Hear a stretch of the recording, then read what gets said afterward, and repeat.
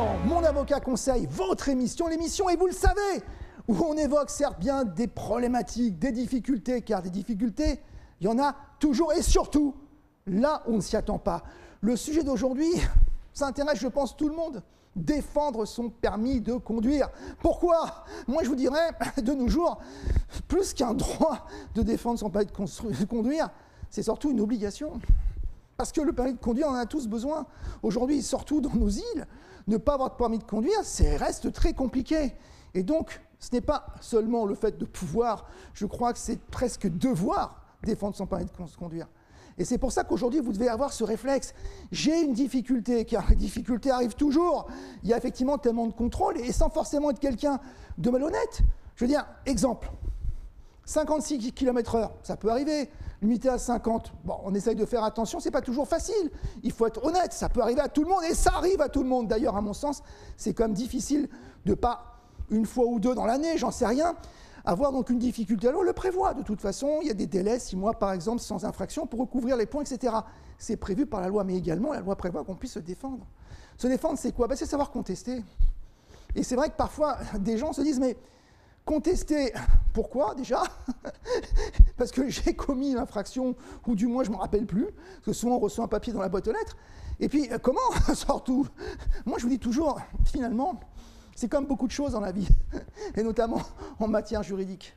Ce qui compte, ce n'est pas tellement le comment, c'est le pourquoi, et c'est le fait d'avoir cet objectif de défendre votre permis de conduire. Alors déjà, première chose, lorsqu'on a une problématique de points, vous avez par exemple une infraction, c'est presque une évidence de nos jours, et qu'on n'a plus beaucoup de points, bah, passez tout de suite sans attendre un stage, 4 points, tout de suite. Il ne faut pas attendre.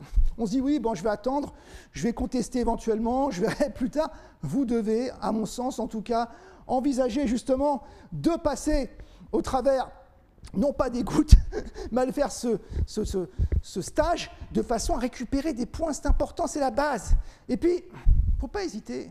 Je veux dire, aujourd'hui, nul n'est parfait. La loi le prévoit. Contester, c'est possible. On a un délai, 45 jours, dès lors qu'on reçoit donc l'avis en question de contravention. On doit, si d'aventure, on estime en tout cas qu'on doit le faire, mais on doit souvent le faire, contester, parce que c'est votre droit.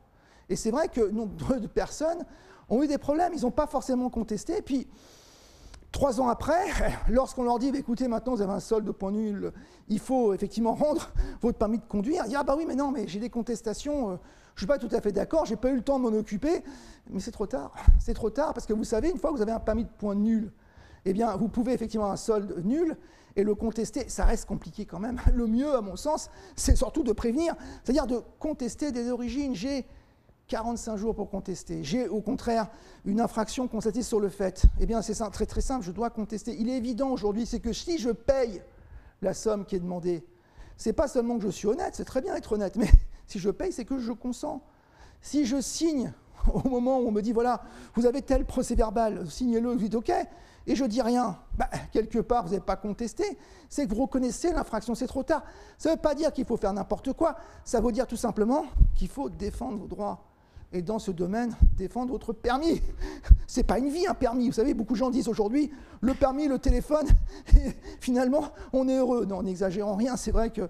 Mais aujourd'hui, quand même, un permis de conduire, c'est quelque chose d'énorme, c'est quelque chose de précieux. Alors, ça se garde, tout simplement en respectant, bien sûr, les consignes et le code de la route. Mais ça se garde aussi en défendant ses droits, et vous devez le faire, parce que vous n'avez pas le choix aujourd'hui. Et puis, il y a beaucoup de choses qui arrivent. Les sociétés, par exemple, combien de sociétés ont des surprises? Elles reçoivent donc des majorations, elles n'ont pas fait attention qu'on leur ait donc envisagé et envoyé un avis de contravention, elles n'ont pas donc donné le nom, par exemple, du conducteur qui devait être désigné, eh bien, elles ont des majorations très importantes. Ça coûte cher pour une entreprise de ne pas désigner le conducteur dès lors qu'il y a une infraction au code de la route. Et parfois, manque de temps, manque de je ne sais trop quoi, mais souvent de temps ou d'attention, eh bien, ce n'est pas fait, ça coûte très cher, ça a des conséquences très lourdes, un peu excessives, mais c'est la loi. Excessif ou pas, certes, c'est la loi, on ne peut pas faire grand-chose. Par contre, vous pouvez défendre vos droits et voir un avocat pour ça qui s'y connaît dans ce domaine. Et beaucoup de choses sont faisables. Et je pense que vous le savez, au niveau des procédures, il y a tant de choses à faire, tant de choses à faire. Alors, défendez-vous. Ainsi s'achève Mon avocat conseil, votre émission au cours de laquelle on évoque, certes, et vous le savez, des difficultés, des problématiques, mais surtout, et c'est le sens de votre émission, Mon Avocat Conseil, des solutions.